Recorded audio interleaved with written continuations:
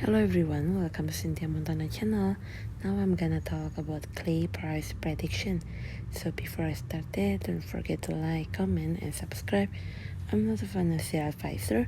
I'm just gonna give you some prediction using a technical analysis.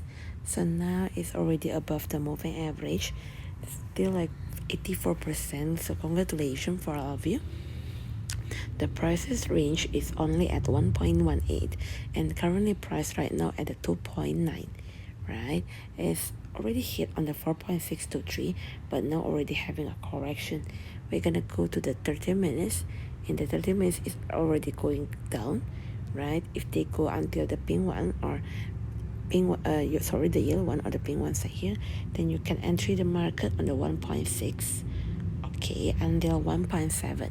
For the Bollinger Band here is already trying to go up again like previous, already hit on the upper band on the 2.6 to US dollar. If they go down again, go to the pink one say here, middle band on the 1.76 US dollar, right?